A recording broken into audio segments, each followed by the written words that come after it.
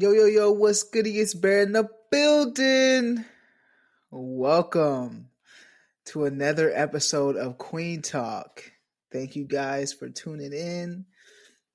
For those of you that watch on YouTube, you actually see me. You see things look a little different today, don't they? Look a little different. Start by saying that today's special guest is me. I am today's special guest. I am very excited about that because, like I said, as you can see, we are fully remote now. We got remote. Grab your remote because we're remote. We are now able to go globally. Globally. Anybody can be a part of Kueen Talk no matter where you are because we had this special person sponsor us. Kueen Talk sponsored you guys. Uh, Not sponsored, but we got a good donation. Good donation. All this equipment that we got was donated from a very generous person named Peter. Peter has no social media, so I cannot tag him in anything. But just know a guy named Peter got got all this good stuff for me to be able to actually go remote now, so I can talk to anybody. So just know I need you if you're interested. We are now remote. This week's episode, I just want to sit and reflect on some of the guests that we've had in the past on Kueen Talk. And I just wanted to sit and just thank everybody for tuning in every week. If you've been staying connected thus far, I just really appreciated the stories I've been hearing, the feedback I've been getting. It's all been great.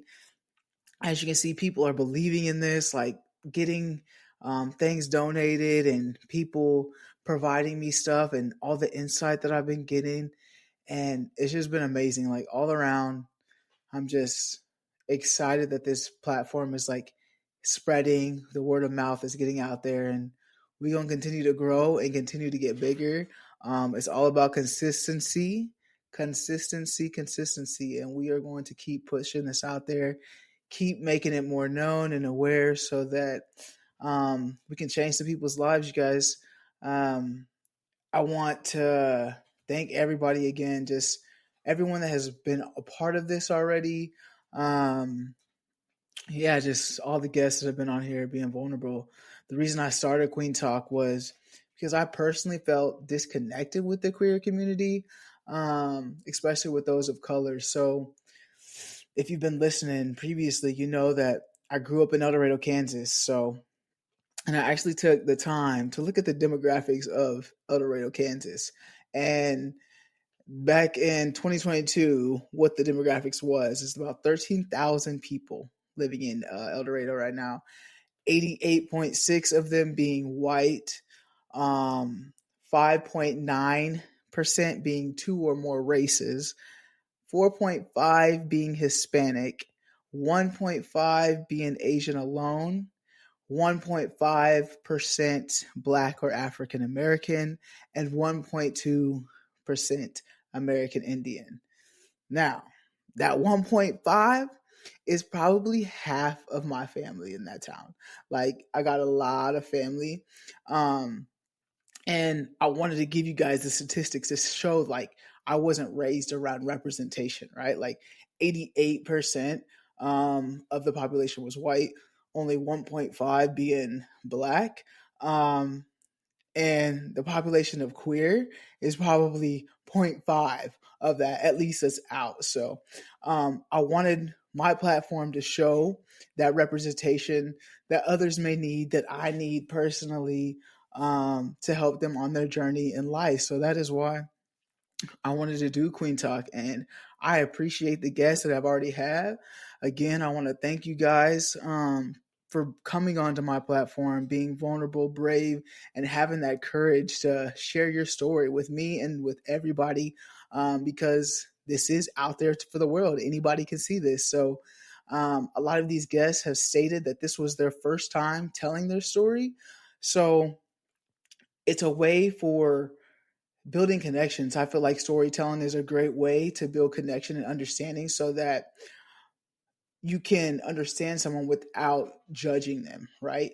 When we speak about our actual experiences of what actually happened to me, who are you to tell me that that isn't true? When in fact it happened to me personally. So I feel like that is why I wanted to create this platform, so that maybe just others will listen and hear stories, and fix their judgment on others, because we all have these biases that we may have, but it's judgment from what we do not know. So um, and speaking of judgment of we don't know what we don't know, like the guests that I've had on here, like talking with Drika, aka D, the licensed clinical social worker, we were just discussing the judgment that we get being people who look like us, just like a black female who looks like masculine, but automatically we get judged for what we look like. I have a story where, excuse me, ooh, ooh, ooh, excuse me. I have a story that pertains to me. Like, I was helping a friend move from this person's house, and it was a black man, and I'm helping move stuff that was sold to my friend, and um, later find out that the black man was like, yeah, she had this lesbian thug with her, helping come and move, and talking about me like I'm the lesbian thug, and I'm not a lesbian thug. I'm a lesbian, but I ain't no thug. Like, and this was from a black man, and we talk about it in the podcast with Drika, just like the stuff we get from black men. Like, this isn't from a white man. Like, it does of course come from them too, but like this is coming from a black man who is looking at me thinking I'm this person of a stereotype, just by seeing me helping move something. Like, I did nothing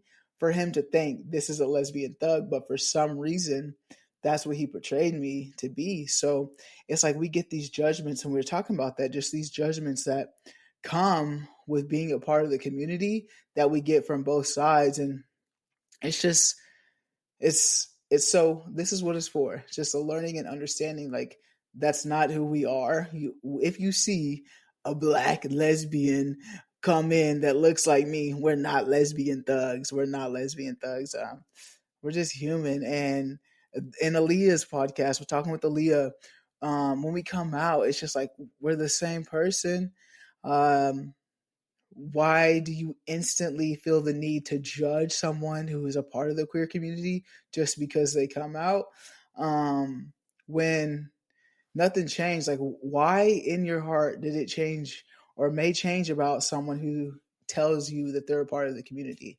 Like, what makes you like, okay, yeah, we ain't really feeling that no more? Like, there's no reason for it, to be honest. Like Aaliyah said in the podcast, we're the same person. So you're just gonna have to check out these stories.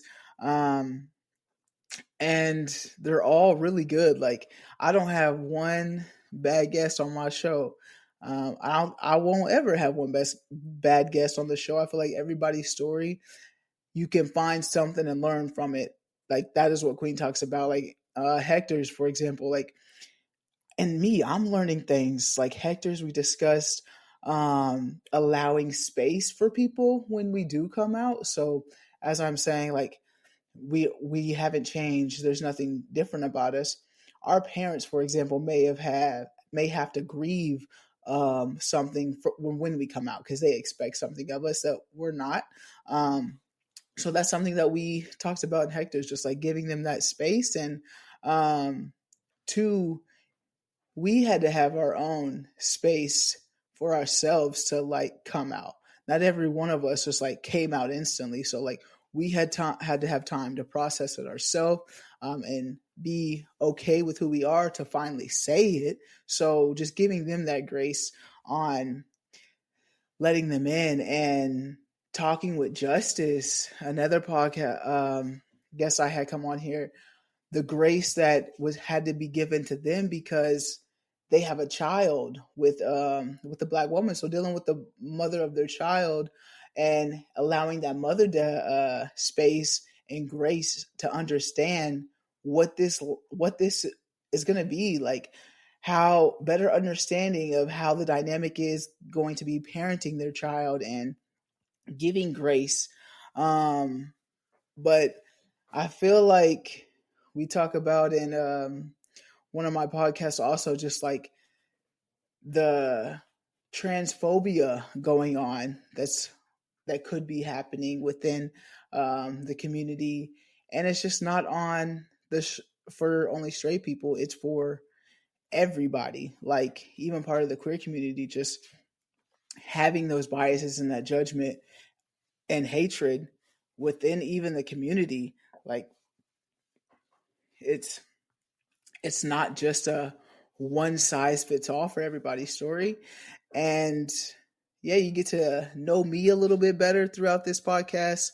I show a little bit of my side too. I've had my friends come on, Deontay, who we spoke about just like the important part that he had in my journey of coming out and just allowing me to be me and accepting me for being that lesbian.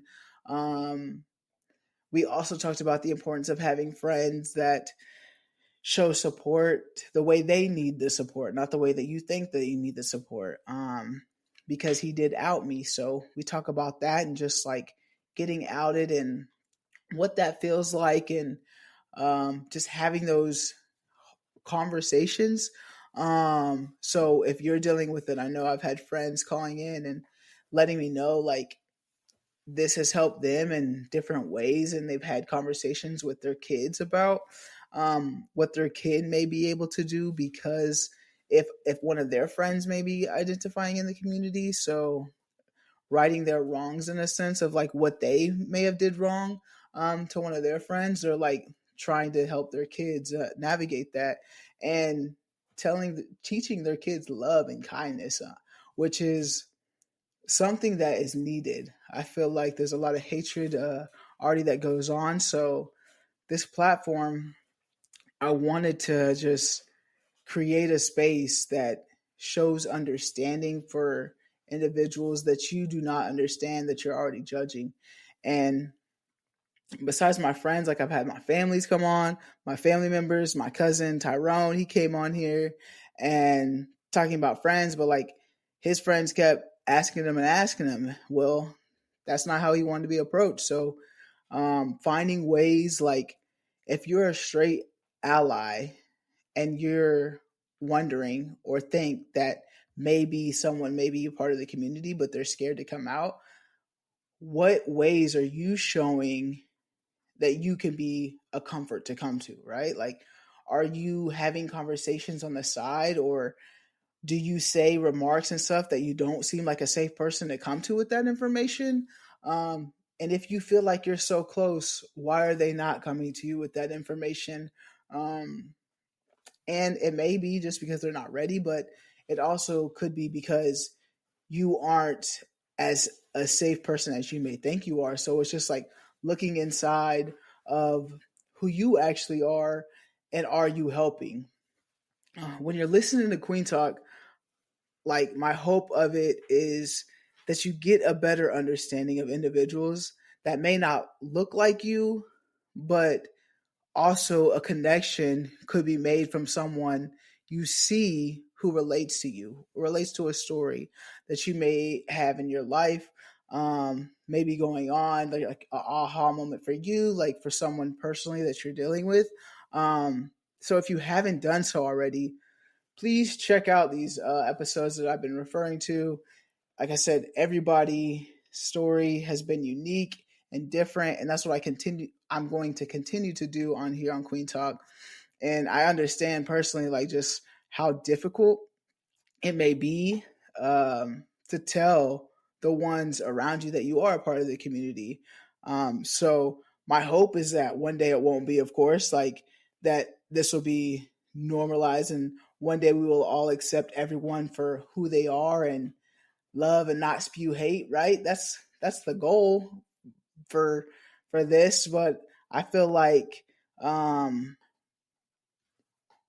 this right now, what I can do is we can educate. This can be an educating platform for people, even myself.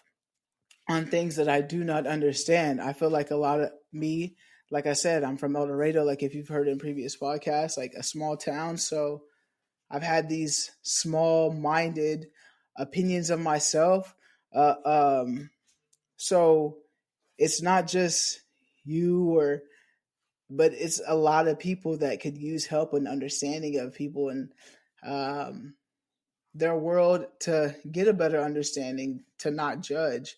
And I feel like if you are like, I feel like there's so much hatred, right? And I feel like you really got to ask yourself, why do you hate someone you don't even know? Like, you don't even know that person. You have no idea who that individual is, but you already hate them based off their identity. And for those of you that are saying, like, oh, I don't hate them, I just don't want that you to bring that around me, you are the problem too. Like, you're still hating on them just in a different way. Um, you are disgusted literally by their identity that bad that you don't want them to be around you. So I would tell you to just look deeper within and what makes you hate them so much? How did you learn that behavior? Why do you have like why is that a behavior of yours that you feel the need to hate someone? Like where did that hatred come from and why is that so? Like that's learned, is it embedded? Is that really how you feel? Do you have that one token person that you're like, oh, I'm not so this, like, but how do you treat that one person that you're around? Do they really feel safe when they're around you? And I feel like that is why I started this podcast as well. Um, because I was living in that small town for so long, like I said, and I just had these bias embedded negative thoughts about people without even knowing it, without even like realizing it. And I used to volunteer for Glisson, Kansas. Glisson is a bigger organization that helps K through 12 kids in schools. So I worked with the Glisson, Kansas division for Kansas, and I was on this panel, and this young black girl asked me, "How do I deal with the racism being black and queer?" And I told this little young girl, "I don't deal with any racism as a black queer woman." And this was when I was first entered the space, like, and then like I literally sat with that, and I was like, that's not the case. That's not the case. I lied to this girl. And she probably went home thinking like, dang, how does she not dealing with racism? But I deal with it every day. Um, but I literally, I've dealt with it. Like I have dealt with it, and I just didn't realize it because I had been around it for so long. I was used to it. I was used to all the microaggressions that were thrown my way without saying anything, that it didn't it wasn't something that I I thought was bad because I was just like brushed it off. Like, oh, that's all good. Although like I had been called the N-word multiple times growing up in El Dorado at like different parties and stuff that I would go to. So it wasn't like I didn't get the racism side of things because I definitely did. But I don't know why I answered her in that moment of just like, no, that's not my story. When in fact it has been like, but getting out of it and seeing it from the outside in, and I'm just like that's wild. Like I was brainwashed, really, really brainwashed. Like get out brainwashed. You know what I mean? Like that's why Kueen Talk. I just wanted this space for the representation. I've had um, a friend of mine was like representation, and it's hard to say a friend of mine, but like doesn't matter, right? And who someone who's had representation around them without even just like when you already have it around you so much, you would think that way. Representation doesn't matter. You see it without even like realizing it, but representation matters. And the fact that they're taking DEI out of spaces and making it into this um mockery of like did not earn, or just a cheat code for people of color to make it in the business corporate world or up and higher in the ladder, when in fact they've earned it, is wild. And I feel like this is why representation matters. Like, we're going backwards, and there needs to be a platform that is going forward and continues to show representation, show love, kindness, and build up one another. I feel like this community, the queer community, also just like can tear each other down. And I don't want to be a part of that. I want to be a part of the building aspect of it, and having people come together, um, creating spaces for all of us to come together at some point. I like this Kueen Talk. This mission it's needed. It's dear to me, and I love talking to everybody that I've talked to, and now I can finally just, I'm not scared anymore to open up. I feel like me doing this, I'm being vulnerable within myself, just opening up and talking to this camera like I'm talking to myself. Really, I'm over here sitting here talking to myself, but the message that I am trying to get out there is bigger than me, and it's I'm just like, Kueen Talk. I just like hope you guys continue to just love it and learn.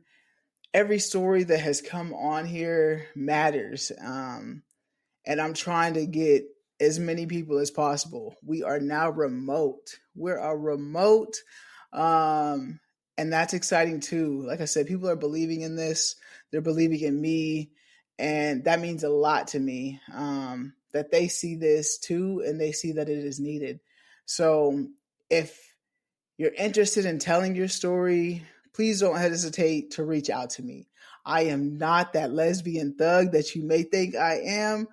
I am always looking for guests. This is a safe space, and I want to get as many stories out there as possible. Um, the more stories that I get, the more relatable it may be to more guests and help them on their journey. And I just want to thank you guys for continuing to stay tuned in and learn and grow and finding ways to educate yourself if that's what you're doing by watching this podcast. And yeah, man, like I said again, I just thank you guys so much, and continue. This is a weekly thing, whether it's me talking to the camera or having guests on here. So please just continue to, yeah, support me and what I do, you guys. So family, friends, strangers, love. Be nice.